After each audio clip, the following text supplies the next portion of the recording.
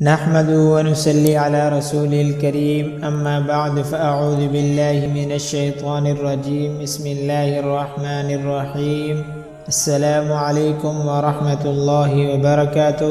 میں ہوں محمد اویس قرنی اور آپ دیکھ رہے ہیں میرا چینل قرآن 786۔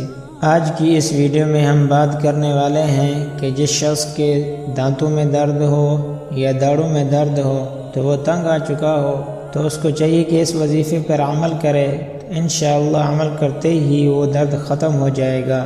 دانتوں کے درد اور داڑھوں کے درد کے لیے 2 وظیفے ذکر کروں گا اس ویڈیو میں، تو ویڈیو کو شروع سے لے کر آخر تک ضرور دیکھیں اور چینل کو سبسکرائب بھی کر دیں اور بیل نوٹیفیکیشن بھی آن کر دیں تاکہ ہر آنے والی نیو ویڈیو آپ تک پہنچ سکے۔ تو چلیں ویڈیو شروع کرتے ہیں۔ پہلا وظیفہ جو میں آپ لوگوں کے ساتھ شیئر کرنے جا رہا ہوں وہ یہ ہے، جس جگہ درد ہو تو اس جگہ پر ہاتھ رکھ کر 3 بار یہ کلمات پڑھ کر دم کریں، انشاءاللہ وہ درد فوراً ختم ہو جائے گا۔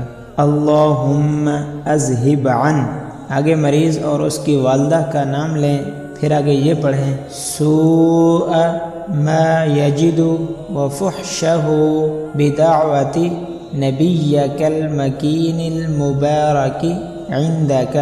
اس کو پڑھتے ہی اس جگہ پر دم کر دیں، انشاءاللہ درد فوراً ختم ہو جائے گا۔